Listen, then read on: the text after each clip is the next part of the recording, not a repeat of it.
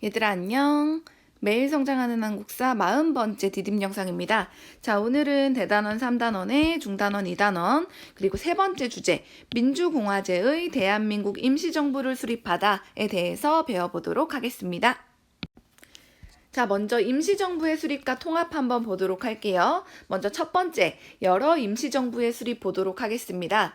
자, 여러분들 지난 시간에 우리가 3.1운동을 배웠어, 그죠? 3.1운동은 정말 많은 모든 계층이 참여했던 최대 규모의 독립운동이기 때문에 그걸 본 독립운동가들이 우리 민족 이런 독립에 대한 의지와 열망이 이렇게 크구나 깨닫게 되었고요. 이런 민족을 전부 다 이끌 만한 통합된 지도부가 필요하겠다라는 생각을 하게 된 거죠. 그래서 이런 3.1운동을 계기로 해서 여러 지역에 나름 이제 우리의 민족운동을 이끌어 보겠다라고 하는 이런 목적을 가지고서 임시정부가 수립이 됩니다. 왜 임시정부라고 하는 거야? 아직은 우리가 일본의 식민지이기 때문에 독립을 이루지 못했기 때문에 임시로 만든 거다라고 해서 임시정부라고 하는 거죠. 자, 그래서 처음에는 하나의 임시정부가 딱 만들어진 게 아니고요. 이제 각 지역에 여러 임시정부가 수립이 됩니다.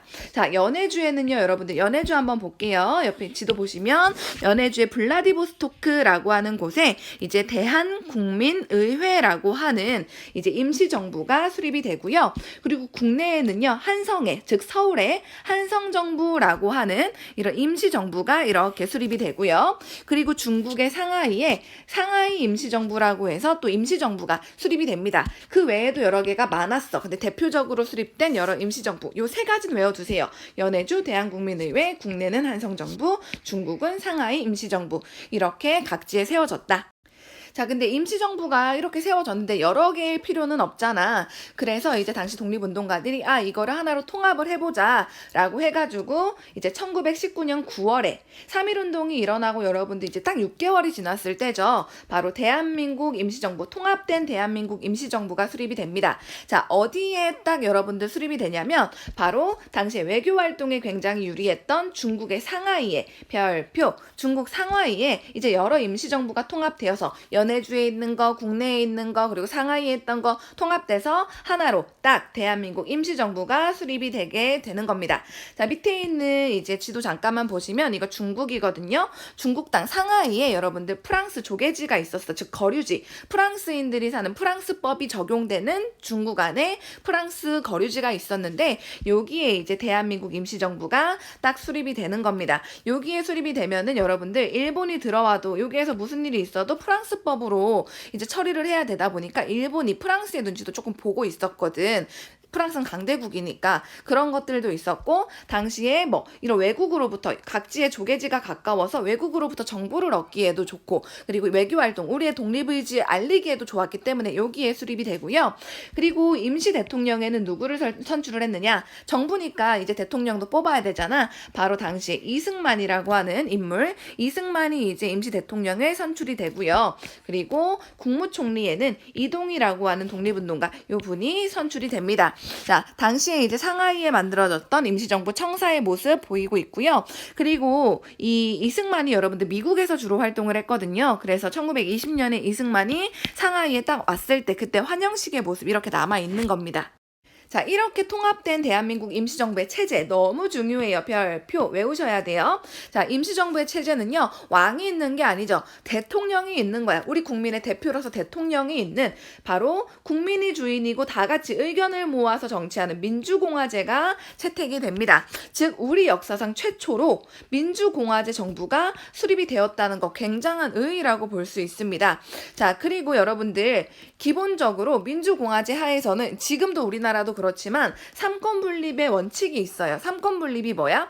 국가를 다스리기 위해서는 기본적인 권력 어떤 게 있냐? 법을 만들 수 있는 거 입법권. 그 다음에 그 법에 의거해서 정책을 운영하고 이제 행정적인 업무를 처리할 수 있는 행정권 그리고 그 법에 의거해서 사법적인 판단을 내릴 수 있는 재판하고 이렇게 할 수 있는 사법권 이런 게 있잖아. 근데 입법, 행정, 사법이 한 사람한테만 가 있으면은 독재가 이루어지기 쉽겠지. 그래서 권력을 서로 견제하라는 의미에서 이제 세 가지 권력을 나눠서 세워놓는 거 이걸 바로 삼권분립이라고 하는데 입법권은 임시의정원 지금으로 따지면 우리 국회 같은 거야. 그리고 행정권은 지금으로 따지면 행정부, 그 수장에 뭐 대통령이 청와대가 있고 이런 식으로 그 국무원이라고 했고요. 그리고 지금의 대법원, 바로 법원에서 이제 사법권을 행사를 하는 이렇게 세 가지 권력이 나누어져 있는 거 삼권 분립의 원칙이라고 하는 겁니다. 자, 이런 체제로 돌아갔었다. 그래서 대한민국 이 임시정부의 임시헌법을 보면 제1조 대한민국은 대한인민으로 우리나라 사람들로 조직한다. 제2조 대한민국의 주권은 대한인민 전체에 있다. 대한민국의 주인 되는 권리는 모든 사람에게 있는 거야. 즉 민주공화제라는 의미죠. 여기서 민주공화제임을 우리가 또 파악할 수가 있고요. 대한민국의 입법권은 의정원, 그리고 행정권은 국무원, 사법권은 법원이 행사한다. 여기에서 바로 삼권 분립의 원칙이 있었구나. 여기에 기초해서 만들어졌구나 알 수 있는 거죠.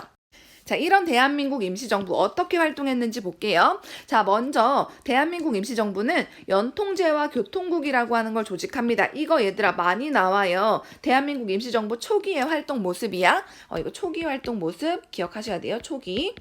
자, 이런 거 만든 목적, 독립운동 자금을 확보를 하고 국내외에 항일 세력과의 연락망을 확보하기 위해서 서로 연락이 되어야지 독립운동도 효율적으로 이뤄질 거 아니에요. 그래서 만든 이런 기구들, 제도라고 볼 수가 있는데 연통제는 뭐냐면 바로 국내, 즉 한반도 내에서 무슨 도, 군, 면에 설치된 비밀 행정 조직이야. 일본 모르게 비밀리에 만들어진 행정 조직인데 그래서 여기서 어떤 일을 하느냐, 바로 대한민국 임시정부의 문서와 명령을 전달을 하고요. 그리고 군자금, 우리가 이제 군사활동할 때 쓰는 돈들 이런 거 조달을 하고, 조달한다는 거는 얻어온다, 확보를 한다는 뜻이죠. 확보한다 이런 뜻. 그리고 정보가 있다면 보고를 하고 이런 업무를 담당하는 이제 비밀 행정 조직이라고 볼 수가 있어요. 이걸 바로 연통제라고 하는 거고, 그리고 교통국 같은 경우에는 이제 통신기관으로서 만든 건데 정보를 수집하고 그리고 그게 어떤 내용인지 분석하고 그리고 연락하는 이런 업무를 담당하는 게 이제 교통국이라고 하는 기관이었습니다. 요거 두 가지 가지고 우리는 독립운동 자금도 모으고 그리고 국내랑 국외에 있는 이제 독립운동가들 서로 연락하게 해주고 이런 일을 했다라고 볼 수가 있는 거예요. 자, 옆에 있는 지도 보시면 이런 식으로 이제 돌아갔다는 거, 연통제와 교통국 알 수 있고요. 자, 그리고 사회문화면에서 어떻게 활동을 했느냐. 자, 먼저 이제 독립공채라고 하는 거를 얘들아 발행을 하는데, 옆에는 사진 볼게. 이 문서를 얘들아 독립공채라고 하는데 이게 무슨 말이냐면 독립은 말 그대로 독립하는 거, 일본으로부터 독립하는 거고, 공채는 공식적이란 뜻이야. 공식적으로 이거는 빚이란 뜻이야. 자, 무슨 말이냐면 대한민국 임시정부가 지금 독립운동을 하려고 보니까 독립운동을 하기 위해서도 돈이 필요하잖아. 근데 돈이 없다 보니까 당시에 돈이 있는 사람들한테 우리가 독립을 하기 위해서 돈이 필요합니다. 그러니까 우리한테 돈을 빌려주세요. 우리가 만약에 나중에 일본으로부터 독립하게 되면은 그때 갚겠습니다 라고 적혀있는, 공식적으로 빌린 빚이라고 생각하면 돼. 독립을 위해서 공식적으로 빌린 빚이야, 사람들한테. 이렇게 독립운동 자금을 모금하기도 하고, 그리고 기부금도 받거든요. 그 기부금을 다른 말로 의연금이라고 합니다. 이 기부금도 모금을 하고요. 그리고 우리의 이런 독립운동 활동들이라든가 아니면 필요한 정보들을 알리기 위해서 대한민국 임시정부가 발행한 신문을 바로 독립신문이라고 합니다. 이 1896년에 독립협회가 발행한 독립신문과는 다른 거야. 지금은 일제강점기예요. 일제강점기에도 독립신문이 있는데 그거는 대한민국 임시정부가 발행했다. 자, 그리고 이제 외교활동도 한번 볼게. 초기에 대한민국 임시정부 같은 경우에는 외교활동에 굉장히 주력을 합니다. 자, 그래서 그 제1차 세계대전이 끝나고 이제 세계에서 열린 파리 강화회의에 이제 김규식을 신한청년당이 파견을 하잖아. 이 김규식한테 이제 대한민국 임시정부도 얼른 이런 외국 국가들에게 우리의 독립을 청원하는, 우리의 요청하는 독립청원서 제출해라. 이렇게 활동을 이제 요구를 하기도 하고요. 그래서 당시에 이 김규식 선생님 모습 우리 봤었어. 자, 그리고 이 미국에 특히 외교를 담당하는 기관인 구미위원부라고 하는 기관을 설치를 합니다. 미국 워싱턴에 설치를 하고요. 여기에서 주로 활동했던 게 바로 이승만. 이 대한민국 임시정부의 초대 대통령이었던 이승만이 이 주로 구미위원부에 있으면서 미국에서 이제 주로 외교 활동을 벌이게 됩니다. 밑에 있는 사진 보시면 이게 워싱턴에 있었던 구미위원부 건물이고요. 미국에 있는 외교부라고 생각하시면 돼요. 자, 그리고 이 구미위원부 사진인데 거기서 활동했던 이런 위원들 보시면 이 가운데에 있는 게 바로 이승만입니다. 자, 구미위원부도 얘들아 이게 굉장히 시험이나 모의고사 수능에 많이 나오거든. 요거 나오면 또 대한민국 임시정부랑 연결하셔야 되고요. 자, 그리고 군사적인 면에서는 이제 군무부를 설치합니다. 지금으로 따지면 국방부라고 생각을 하시면 돼요. 그러면서 이제 만주 지역에 독립군 단체로 나름 이제 군 부대도 편성을 하게 되는데 그 군부대 이름을 서로군정서, 북로군정서라고 하는 이름으로 붙였습니다. 대한민국 임시정부가 관리하는 군부대라고 여러분들이 기억하시면 돼요. 자, 1919년 9월에 여러분들 수립된 대한민국 임시정부 같은 경우에는 이제 수립되고서 그 이후부터 정말 적극적으로 독립운동에 나서게 됩니다. 근데 1920년대 초에 임시정부가 위기를 맞이하게 되거든. 그 내용을 한번 볼 거야. 세 번째 주제, 국민대표회의와 임시정부의 변화 한번 볼게요. 자, 대한민국 임시정부 왜 위기를 맞이하였느냐? 바로 1920년대 초에 일제 탄압으로 인해서 대한민국 임시정부의 이제 연락기관이자 독립운동 자금을 모금하기 위한 그런 기관이었던 연통제와 교통국이 들켜가지고 다 붕괴되게 돼요. 그럼 연통제와 교통국이 기능을 하지 못하게 됩니다.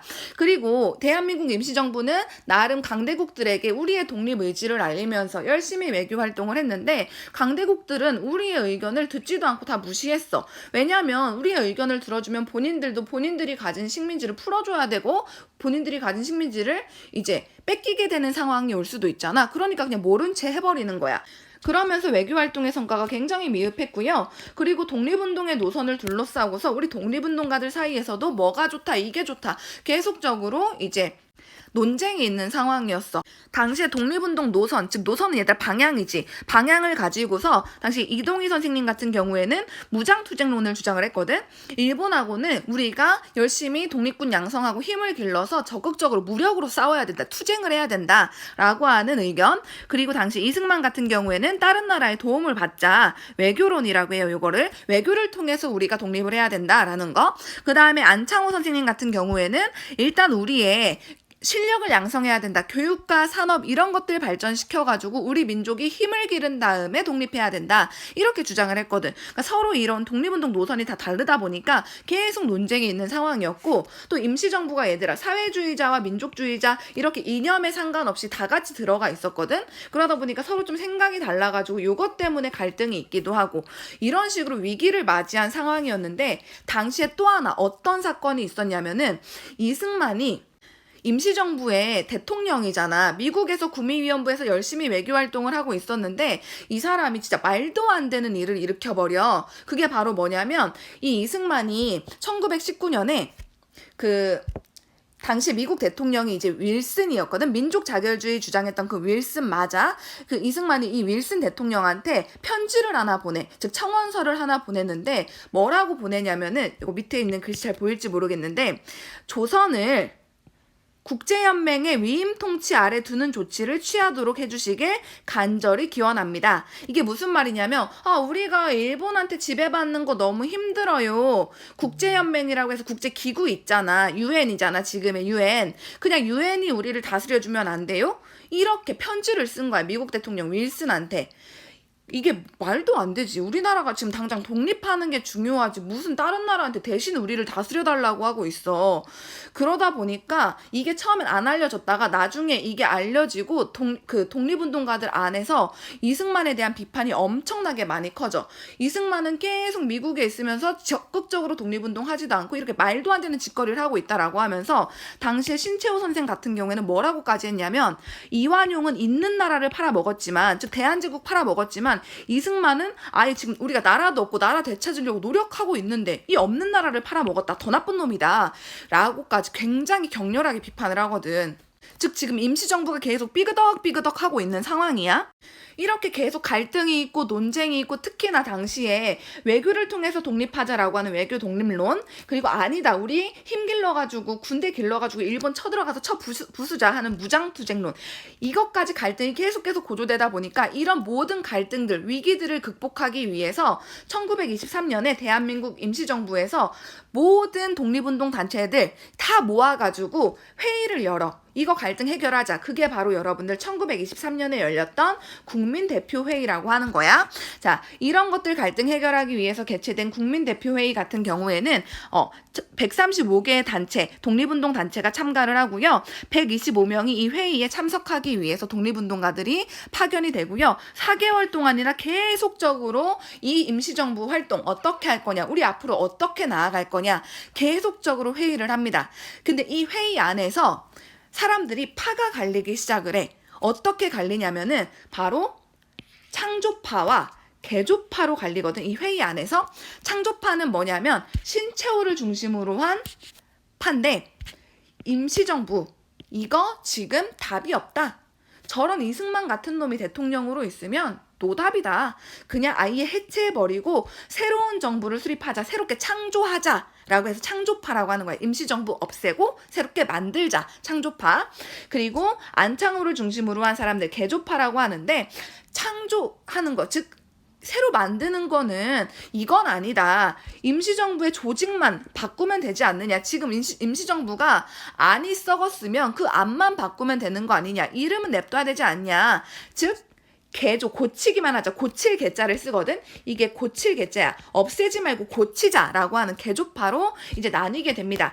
밑에 있는 사료 한번 볼게. 여러분 학습지에도 있어요. 신채호, 창조파 어떻게 주장을 하냐면, 창조파들은 항일 무장투쟁을 보다 효율적으로 하기 위해서는 만주나 연해주로 가서 임시정부를 대체할 새로운 조직을 만들어 투쟁해야 된다. 새로운 조직, 즉 창조해야 된다. 그러니까 창조파라고 하는 거야. 근데 이거에 맞서서 개조파 같은 경우에는 이 3.1운동에서 나타난 우리의 민족적인 열망을 바탕으로 해서 임시정부가 출범하지 않았냐. 이거 우리 민족의 대표 기관이다. 그러니까 이거 없애는 건 말도 안 된다. 문제가 있다면 그 체제를 개선해서 임시정부를 활성화시키는 게 옳다. 없애면 안 된다. 개선하자, 고치자. 그러니까 개조파야.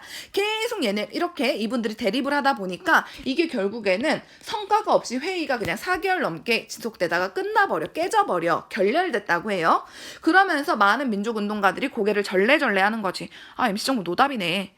아무리 회의를 해도 답이 안 나오잖아 라고 하면서 굉장히 많은 민족운동가들이 임시정부를 이탈, 벗어나게 됩니다.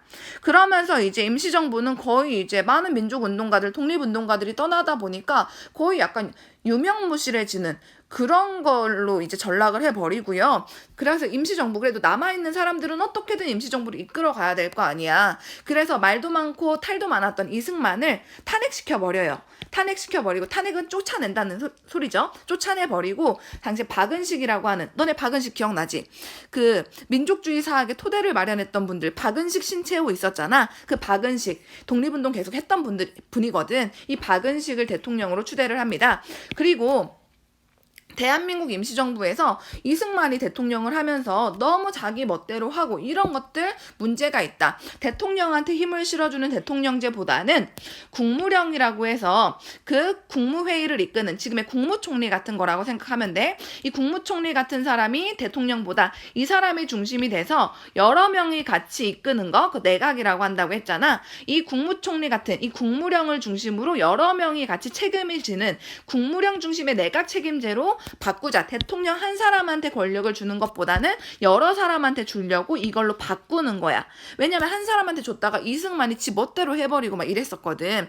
그래가지고 이걸로 이제 개편을 하게 되고요. 그리고 남아있는 임시정부를 많은 사람들이 떠났지만 이동영이나 너네가 너무 잘 아는 김구 선생님 같은 경우에는 남아있었거든. 그래서 이분들은 끝까지 임시정부에 남아서 임시정부의 체제를 재정비하면서 계속적으로 독립운동을 해나가는 그런 모습들을 이제 보이게 됩니다. 굉장히 여러분들 복잡하지만 이 부분도 너무너무 중요하기 때문에 반드시 꼭 알아두셨으면 좋겠어요. 여기까지 하도록 할게요.